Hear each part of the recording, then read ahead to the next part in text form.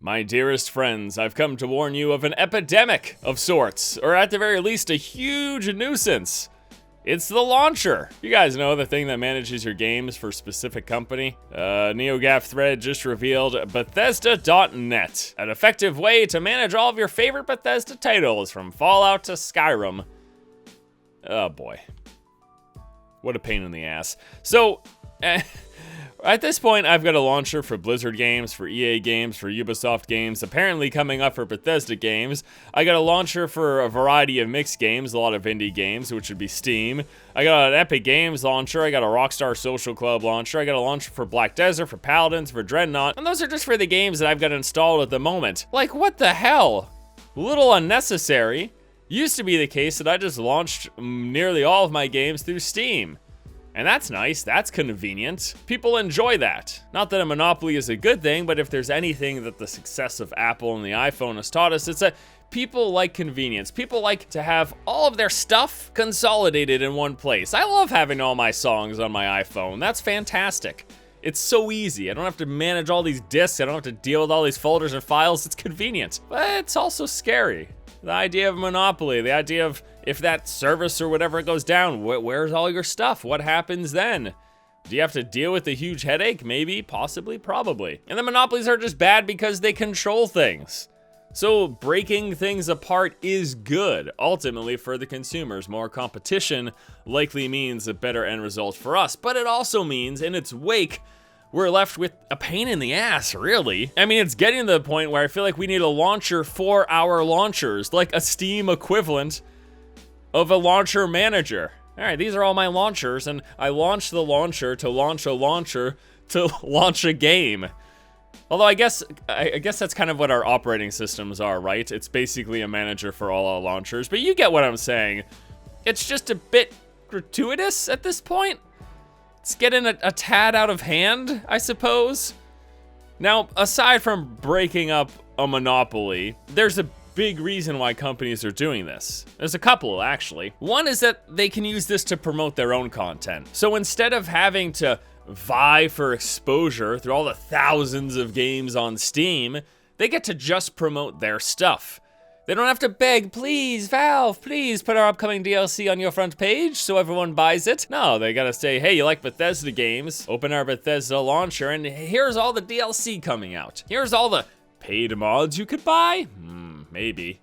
Here's our upcoming game. Maybe you haven't heard of it, and we don't have to fight for all those other upcoming games that are gonna be put up on Steam. There's that side of things, the exposure, promoting their own stuff. And then there's cutting out the middleman. They gotta shell out some cash, man. 30% last I heard. 30% Valve takes from sales of games on their service. Excuse me? Where's that money going? Cha-ching, straight in the pocket, I'll tell you what. You know, when you deal with distribution of physical goods and you have to account for shipping and overhead costs and paying for brick and mortar storefronts and then holding on to that inventory and the innate cost to that, there's a reason why when you sell a physical good at a real storefront, at a brick and mortar shop, that there's a cut that's taken. There's good reason. It's beyond the exposure. It's beyond, hey, everyone comes to this big retail store, sell our stuff here, you're more likely to sell it. There's all those other costs that you might not initially think about. But when it comes to selling a game on Steam, there's not like, yeah, there's server costs, but is it that expensive? Probably not. And then there's the idea that they're paying for eyeballs. Yeah, so many people use Steam, give us some money because we're giving you exposure. It's like advertising costs, basically. In fact, I would assume that that's what their accountants chalk it up to. I don't know, though. Who knows? I'm not an accountant. These big companies don't need that.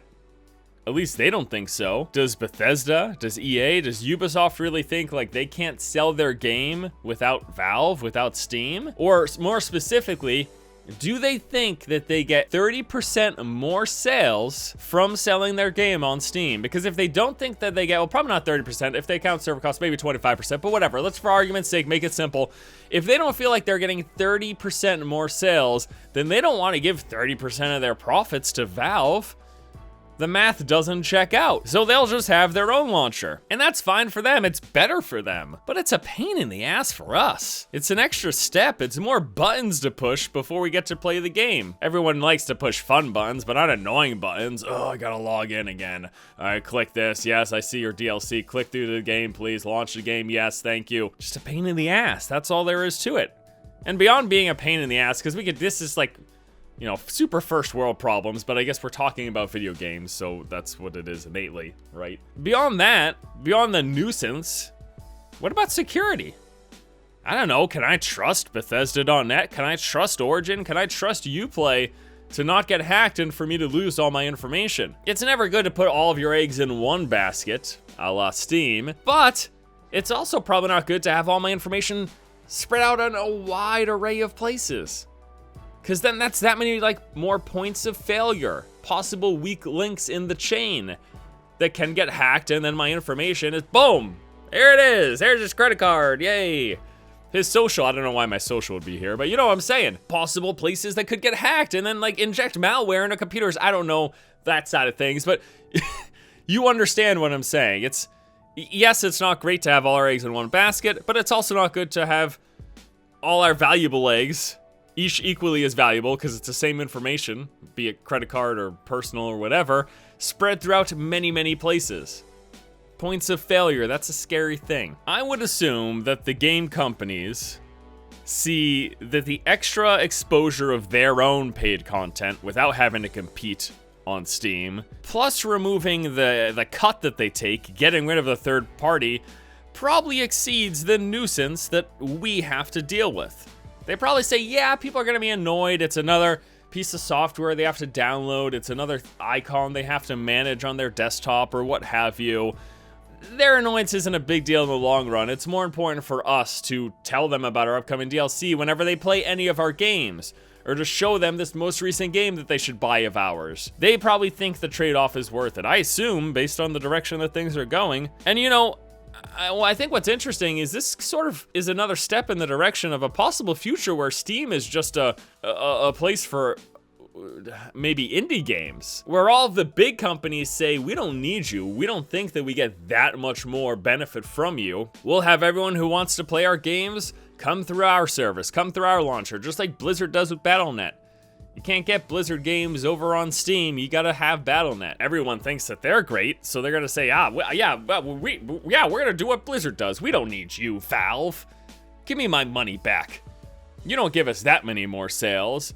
And it could likely be true for those big companies, but for the smaller companies, especially the indie games developed by teams of 5 to 20 people, they likely need the exposure that Steam gives them. But then that also raises the question as if all of these big games, except for Valve's, Dota and Counter-Strike, if all of these big companies that release big games move away from Steam, does Steam have that much value anymore? Does it really give that much more exposure if people are using it less because, I just play Blizzard games, so all I need is Battle.net. Or, hey man, I just play Fallout and Skyrim and it's not available on Steam anymore. Or at least the upcoming titles aren't. So maybe I just use the Bethesda.net launcher now. Which, honestly, that's probably the case for a lot of people. There's probably a lot of people where most of this video doesn't apply, because they only play 1 to 2 games at a time. So they don't mind if they just have Battle.net or Bethesda or Uplay or Origin. It's fine. I'm only playing 1 game a year, whatever, I don't care, I don't even need Steam. There's probably people who are like that. But for someone like myself who plays a variety of games, it's getting insane. I'm getting to the point where I probably need a 3rd monitor just to freaking manage all my icons. It's annoying, but maybe in the end it's for the better. We break up the monopoly that is Steam. The companies that were supporting their games by buying them, they're actually getting the money instead of Valve taking a cut, aside from server costs, kind of just for the hell of it, because they say, hey, we're the big boy on the block, you better give us your lunch money, or else no one's gonna know you exist. Alright guys, that is gonna do it for me here today. Thanks so much for watching the video. Please be sure to chime in the comment section below about your thoughts about the Launcher Epidemic that is before us and likely continuing to grow. Have a wonderful afternoon, and until next time, I'll see you later.